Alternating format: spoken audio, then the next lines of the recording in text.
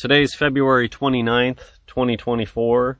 Of course, if you're watching this video later, that's not today's date, but I asked AI to give me a mascot for the holiday February 29th, and this is one of them. I have 6 different ones. This was the first one. This one's actually a pretty cool one. What is it, like half eagle, half kitty creature? And I'll show the other ones really quick. They were mostly, unsurprisingly, they were very, say the word holiday, AI is going to go straight to Christmas ideas. This guy's pretty cool. But the amount of hybrid creatures was very surprising to me, that it did a lot of hybrid creatures. This one's cool. I really like his hand over here. Interesting. This guy kind of had the American flag is interesting on the arm. And I liked how this one has 29 on the Santa suit. And the double hat is a little wacky, but it's like you imagine each one on one of his ears. It's kind of cool. And the orange up arrows were a little strange. So that's what AI thinks a February 29th mascot should look like. I really do. This one I really like. But this one, something about this one, the fact that it doesn't look Christmassy is kind of cool. So I'll leave it on this for this video. Today, I'm just going to finish. If you're following along, I'm reading King James Version of the Bible. We're in Jeremiah. I'm going to finish reading Jeremiah chapter 2. I'm going to keep today's very casual. I don't know what is going to be said, and I don't have any big ideas for what I'm going to talk about. So, but that's okay. We'll see what comes of it. So I'm going to start reading at verse 20. So Jeremiah chapter 2, verse 20. Pause it. Go grab your Bible if you want to.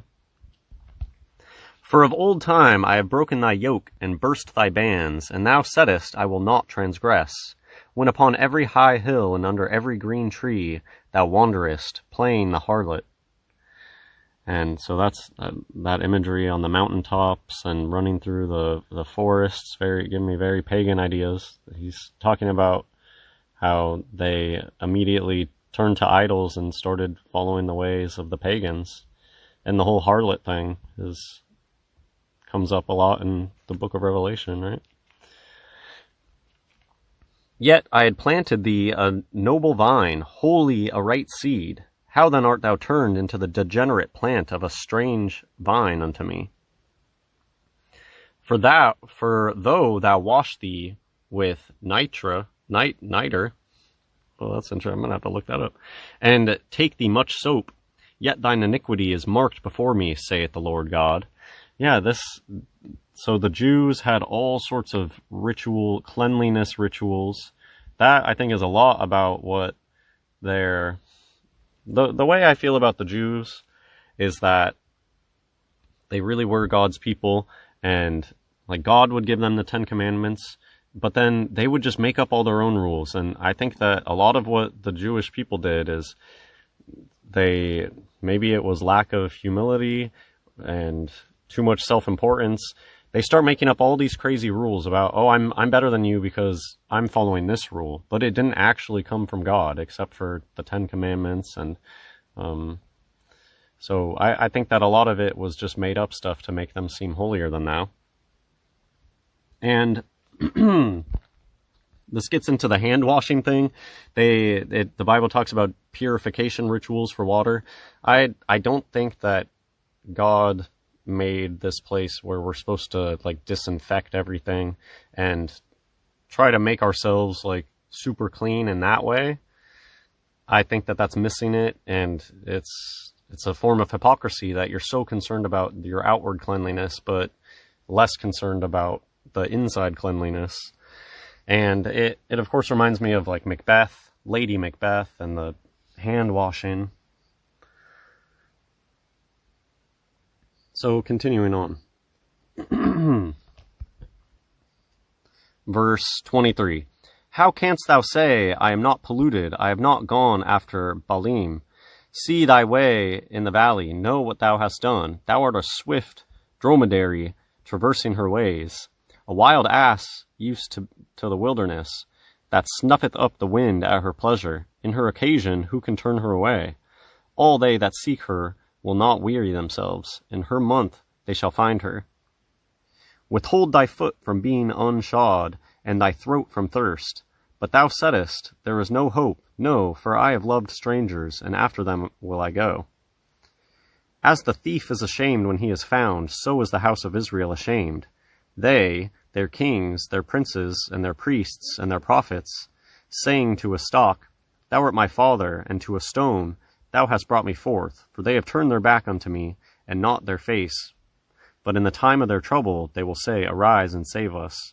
So this sounds like more pagan stuff, more idol worshipping, I'm guessing, when they talk about a stone being there, and to a stone that was brought me forth. That sounds like they're praying to idols, the work of men's hands.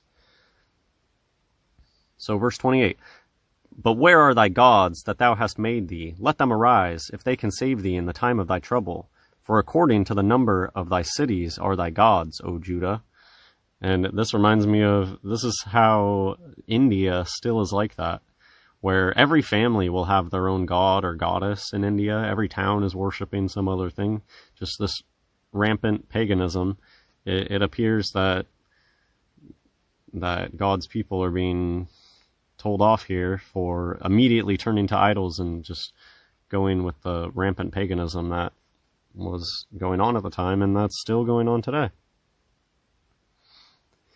Wherefore will ye plead with me? Ye all have transgressed against me, saith the Lord. In vain have I smitten your children. They received no correction. Your own sword hath devoured your prophets, like a destroying lion. O generation, see the word of the Lord. Have I been a wilderness unto Israel, a land of darkness? Wherefore say my people, We are lords. We will come no more unto thee. Can a maid forget her ornaments, or a bride her attire? Yet my people have forgotten me, days without number. Why trimmest thou thy way to seek love? Therefore hast thou also taught the wicked ones thy ways.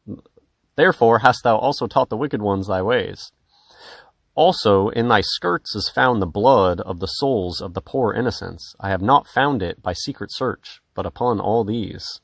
Yet thou sayest, Because I am innocent, surely his anger shall turn from me. Behold, I will plead with thee, because thou sayest, I have not sinned. Why gaddest thou about so much to change thy way? Thou also shalt be ashamed of Egypt, as thou wast ashamed of Assyria. Yea, thou shalt go forth from him, and thine hands upon thine head, for the Lord hath rejected thy confidences, and thou shalt not prosper in them.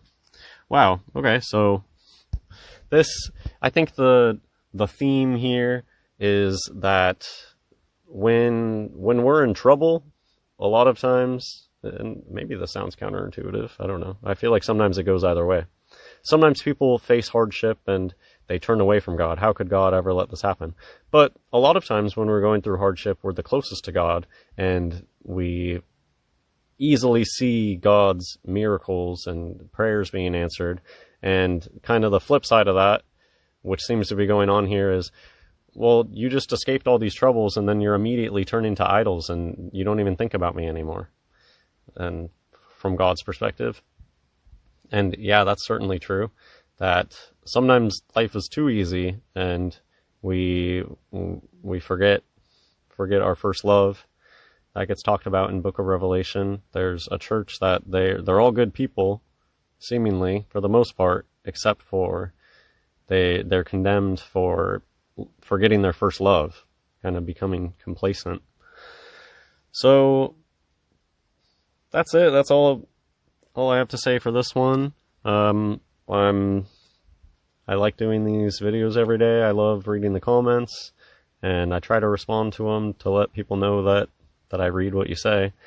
And yeah, who knows? I might move on to chapter 3. I might move on and find select verses or chapters talking about what people want to talk about. I think that there is a lot of interest in old world stuff and but I'm not one to get into the gory details of things. I like big picture ideas, and so I'm never really going to be the one to go through the minutia of historical documents and fact check them with. I'm really much more into big picture ideas, but it's still worth looking into the millennial reign of Christ. Did that possibly hit? My opinions on that are, I don't think it changes anything for us personally if the millennial kingdom already happened. I think that's possible, but I don't necessarily think it did.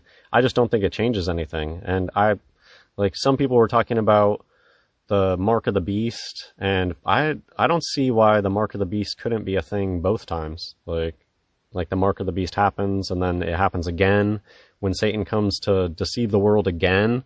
Like that, the fact that it all happens again almost makes me think of, like, to me personally, that makes me think that we are already past the millennial kingdom. Just how repetitive this stuff feels to me. And I say this a lot in my, like, I think that there's no way that these NASA people in the 60s, I think it's impossible at this point that that's the first time this has happened. Like, part of me feels like maybe that's happened a dozen times, that people have claimed to go to the moon and used like media technology to deceive the world. Like, part of me feels like that could have happened a dozen times already.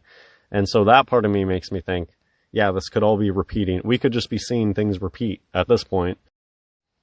I think by now Satan has kind of run out of original ideas. And so anyways, that was just something somebody pointed out about the mark of the beast, because yeah, I think that this whole psyop that we recently went through, and you can't shop at the store unless you do what I say kind of attitude, clearly is paving the way for the mark of the beast. But I don't think that that means that the millennial reign hasn't happened already necessarily. So I will say something that somebody pointed out is that there's mention of like huge populations at the end of the end, like after the millennial kingdom, and when Satan comes back and deceives the world for another 1,000 years, there's mentions of like large populations. And so that's kind of contradictory, because I believe in population hoax, and that the world's population right now is actually really, really, really small compared to what it has been in the past. And I think that's obvious. But who knows? That my mind then goes to like Star Wars type ideas with the clone armies, and they could pump out a clone army pretty quickly. So who knows? Maybe that's how they're going to get the numbers in the end, that it's going to be some crazy clone army. Well, that's it for this video. God bless everyone.